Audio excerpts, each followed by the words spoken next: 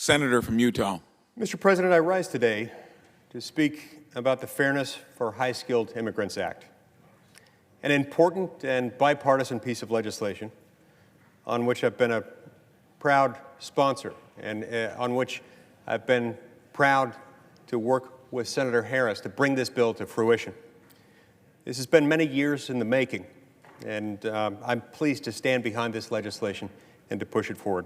There is no question that immigration is one of the most important and also politically fraught and politically charged issues in front of Congress right now. More often than not, we can't even seem to agree on what the problems in our immigration system are, let alone come to an agreement about how best to solve them.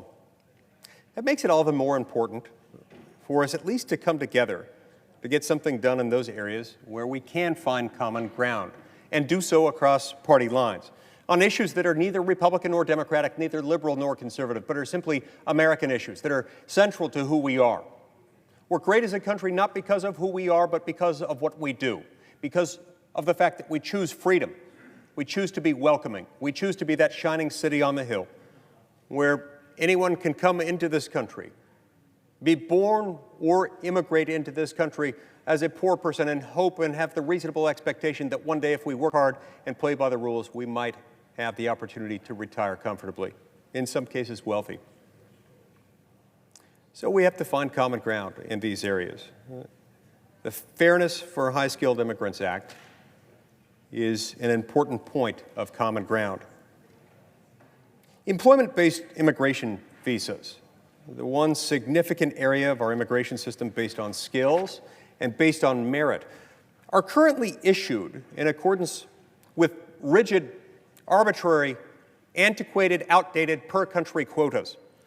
This means that in a given year, immigrants from any one given country cannot, in most cases, be given more than 7% of the total number of visas allocated. Now, as a result of this, immigrants from nations with large populations have significantly longer wait times to get a green card than do immigrants from smaller countries. In some cases, they can be stuck in a backlog of green card petitions for decades. This, Mr. President, makes no sense. This, Mr. President, is arbitrary. It is capricious. It is unfair. It is un-American. It's not what we do. This is one of the many features of our Buddy Holly, Elvis Presley era immigration code that is outdated and that needs to be cast into the dustbin of history.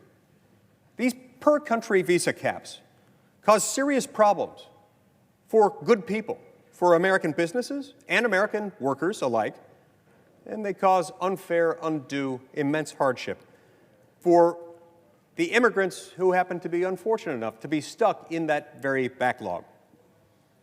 Now, while employment-based green cards are supposed to go to immigrants with high skills who will help grow the American economy, the per-country caps distort the system by causing some immigrants to wait years before receiving a green card for a reason that may be totally unrelated and generally is completely detached from their qualifications. This undermines our ability to bring the best and the brightest individuals to our country. It's to our harm, and it's to our own shame. Further, the per-country caps force the immigrants that are stuck in this backlog, 95% of whom are already inside the United States, to make the difficult choice between, on the one hand, staying in America and waiting decades for a green card, or on the other hand, leaving and taking their talents to a country that provides a fairer process for allocating legal immigrant status as a worker. Now, worse still, because individuals in the green card backlog can only sponsor temporary visas for their children while these children are younger than 21, the per-country caps force families to choose between separating and sending their children back to their country of origin as they age out of their visas, while their parents keep waiting in the United States for their own opportunity to receive a green card, or to give up entirely on their dreams of becoming lawful permanent residents within the United States of America. In many cases, these are children who were legally immigrated with their parents and have done so at an early age, and who have come to call America their home, adopting our customs, our language, our ways of life, having been educated here and socialized here. Because immigrants in the backlog are also severely limited in their ability to change jobs, the per-country caps often force them to work under conditions that other employees would justifiably, understandably, find just completely unacceptable. This exposes these immigrants to harassment, exploitation, and abuse without any option of switching employers. What's more, because these employees can't switch jobs, they have less power to negotiate fair salaries, which depresses wages not only for these immigrant workers themselves, but also for their colleagues, whether they're American citizens or not. Fortunately, the solution to these problems is not only straightforward, but agreed upon by a really broad, bipartisan coalition of lawmakers. We must eliminate the per-country caps to ensure a fair and reasonable allocation of employment-based green cards. That is exactly what this bill, what the Fairness for High-Skilled Immigrants Act would accomplish. That is exactly what this bill is all about. Without the per-country caps, our skills-based green card system would operate on a first-come, first-served basis, ensuring that immigrants are admitted into the United States purely based on merit, rather than on the arbitrary, outdated, unreasonable basis of their country of origin. This, after all, is what the American dream has often been about. It's about who we are as a people, rather than where our parents came from, who they were, what they looked like, what language they might have spoken. This reform would also ensure that the hardships caused by decades-long wait times would be eliminated.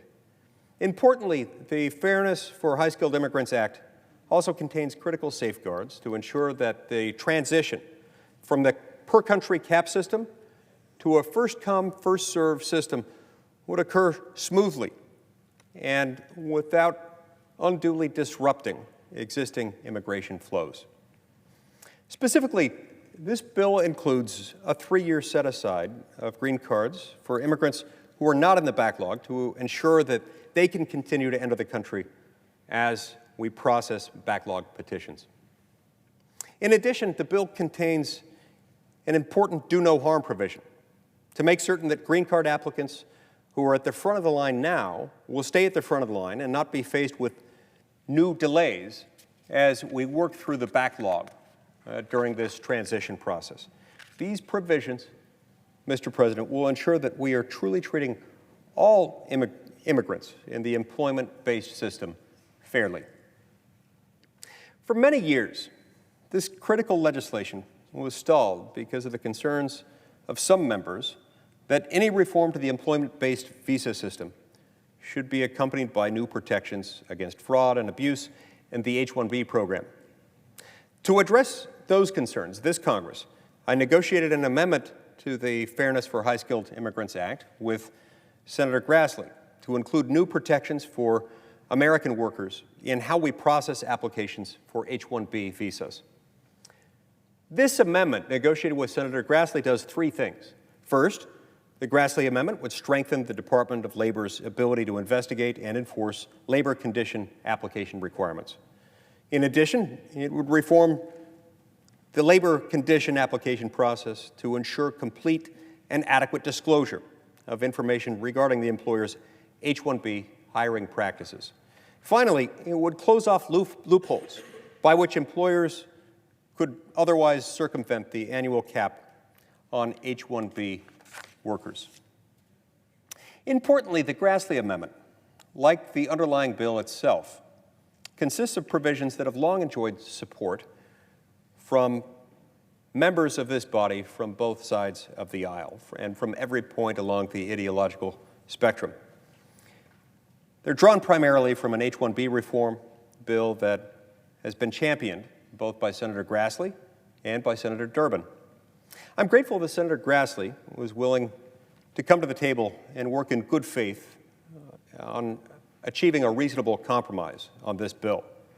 I believe the deal we have struck is a fair and even-handed way to address longstanding concerns about our H-1B system, while eliminating country of origin discrimination in how we allocate skills-based green cards.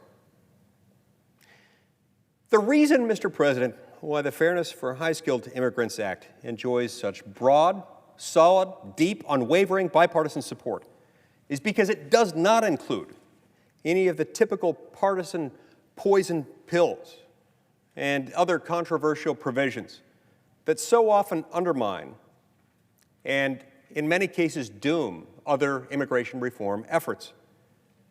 This is a narrow surgical reform, one that is necessary, one that is palatable, one that is long overdue. I'd like to conclude also by thanking Senator Harris, who has been an indefatigable partner with me on this bill. I've been proud to work side by side with her to eliminate the country of origin discrimination and bring about a system of fairness in how we allocate employment-based green cards. This is an important and indeed essential reform to our immigration laws, and one that has been a long time coming.